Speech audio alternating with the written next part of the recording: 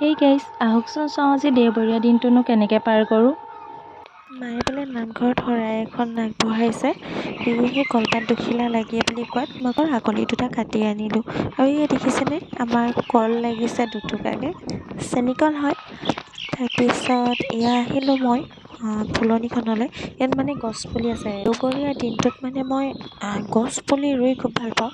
মানে ফ্ৰী থাকোঁ যিহেতু, সেয়েহে ক'ত মানে ডাঙৰ ডাঙৰ গছৰ পুলি আছে, ফল মূলৰ গছৰ পুলি আছে, সেই পুলিবিলাক উঠাই আনি মই এনেকৈ ঢাপত ৰুবলৈ বুলি আহোঁ।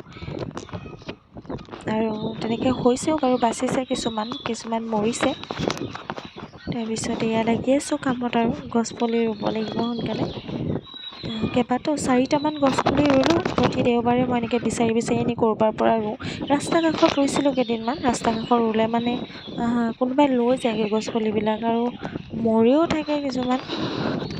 ৰ'দ বেছিকৈ পায় ৰাস্তা কাষত, আৰু ইমান সাৰুৱা নহয় যিহেতু মাটিটো। এয়া আগতে ৰুইছিলোঁ, এয়া বাচিছে ধুনীয়াকৈ।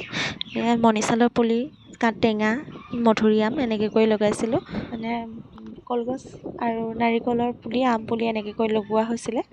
তাৰপিছত আহিলোঁ এয়া শাকনিলৈ। যিহেতু ঘৰতে থাকোঁ মই, সেই ঘৰৰ শাক পাচলিবিলাক বিচাৰি আনি এইবিলাক ঘৰতে এসাঁজ খাওঁ। ঘৰুৱা শাক পাচলি, টেঙামৰা, ৰঙা টেঙামৰা লাগিছিলে, আৰু এয়া বৰ বিলাহীও লাগিছে আমাৰ। কণ বিলাহী, বৰ বিলাহী এনেদৰে ছিঙি ল'লোঁ।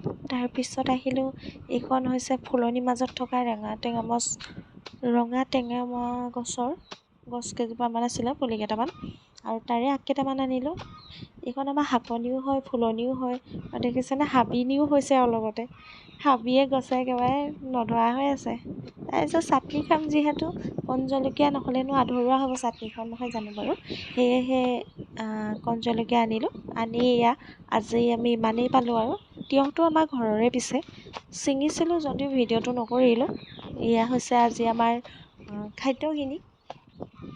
আজি এনেকৈয়ে পাৰ কৰিম। এয়া চাটনি পিচি ল'লোঁ। আজিলৈ এনেকৈয়ে দেওবৰীয়া দিনটোৰ এসাঁজ খাম আৰু দুপৰীয়াৰ এসাঁজ।